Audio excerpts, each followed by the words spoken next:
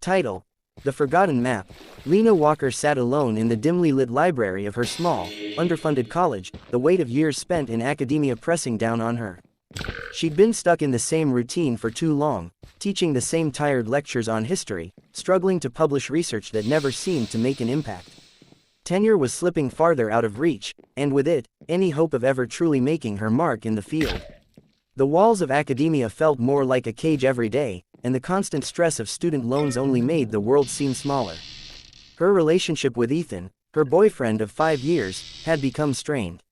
He worked in finance, steady and practical, while she spent her nights buried in books, chasing after elusive dreams.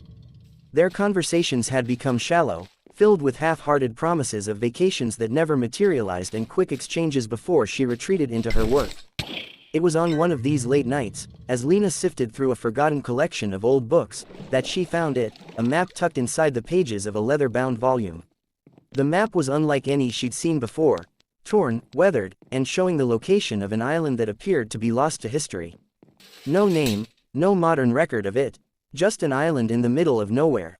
The more she studied it, the more it consumed her. It felt like an answer, an escape from her stagnant life. This discovery wasn't just academic, it was a lifeline.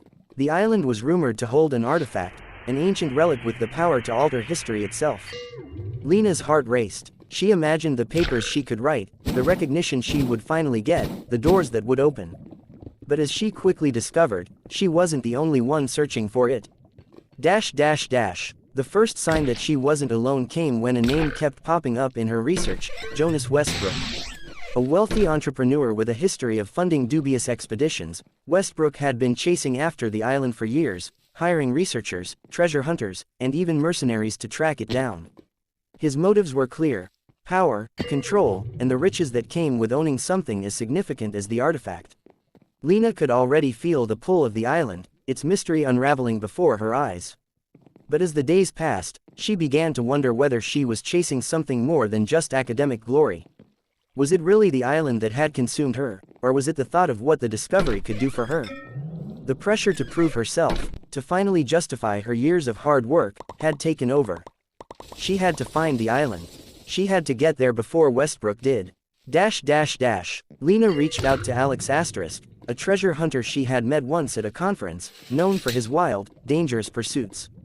He was charismatic, with a cocky smile that hid an endless hunger for money. Lena didn't trust him, but she needed someone with experience. They agreed to team up. Then there was Asterisk Drive, Finch Asterisk, an eccentric archaeologist who had been discredited for his controversial theories. Finch was obsessed with finding things that didn't belong, things that were never meant to be found. He had his own reasons for wanting the island, his own agenda, but Lena didn't care. She needed him, too. Together, the three of them would find the island. The more Lena learned about the island, the more the line between curiosity and obsession blurred. She found herself giving up more and more. Late-night calls to Ethan went unanswered. Her research on the island took precedence over everything else. She started skipping meetings with her colleagues, even avoiding her students. The closer she got to the island, the farther she pulled away from the life she'd once known. Ethan's calls grew fewer. He was frustrated, disappointed in her, and she didn't blame him. She couldn't see a way out of the pursuit now. They eventually made it to the island, a place that felt like it didn't belong on any map, an isolated, desolate landscape covered in thick fog. But when they landed, things weren't as they seemed. The island itself felt alive, shifting in subtle ways that made Lena's skin crawl. The air felt thick, almost electric, as if they were walking in the shadow of something ancient.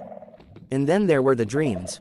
At night, Lena would dream of the island, strange visions of her father, David Asterisk, a historian who had vanished when she was a child. Lena had never fully understood why he'd left. He'd been consumed by his own research, a single-minded pursuit of some forgotten artifact, and it had cost him his family. Her mother had died shortly after, and Lena had carried that pain with her ever since. The dreams on the island, though, were different. Her father's voice whispered through the fog, telling her she was close. He had been looking for the same artifact. Her father's research notes had always been a mystery to her, filled with cryptic writings and unfinished theories. Now, standing on the island, it became clear, he had been on this exact path.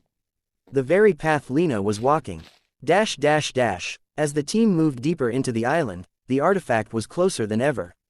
They found it, a stone, carved with intricate symbols, pulsing with energy. But when Lena touched it, she felt the ground shift beneath her. The island itself seemed to react, as if the artifact was waking something up. It was more than just an object, it was a force. Lena realized then that the artifact could change things, not just the past, but the future. History could be rewritten, but at what cost? What had her father been willing to sacrifice for it? What was Lena willing to sacrifice now? Westbrook's mercenaries were closing in on them. He had been tracking their every move, desperate to get his hands on the artifact. Alex, driven by his own desires, was eager to hand it over to Westbrook in exchange for a reward. Finch, meanwhile, had become consumed by the idea of proving his theories right, no matter the cost. The team was falling apart. Lena stood before the artifact, torn between her ambition and the growing realization that the island wasn't just a place of discovery, it was a place of consequences. She could rewrite history, reshape her own past, and perhaps fix the years of pain her father's absence had caused. But as the artifact pulsed in her hands, Lena knew she couldn't go down that path. She made a decision, to destroy it. The explosion was deafening, the island shaking as the artifact crumbled into nothingness. The others were furious, but Lena didn't care. She was free. As the sun began to rise over the island, Lena realized that finding the artifact had been the easy part. The real challenge would be rebuilding the life she had almost lost. When she returned home, Ethan was waiting. He had left once, but Lena knew that this time, it was different. He wasn't angry anymore. The island had forced her to face the truth, that she didn't need the artifact to fix her life. What mattered was her relationships, her sense of self, and the balance between ambition and love. She still didn't have tenure. Her career was still uncertain. But for the first time in years, Lena was at peace with the uncertainty. Some mysteries were better left unsolved. The only thing that mattered now was the path she chose from here on out.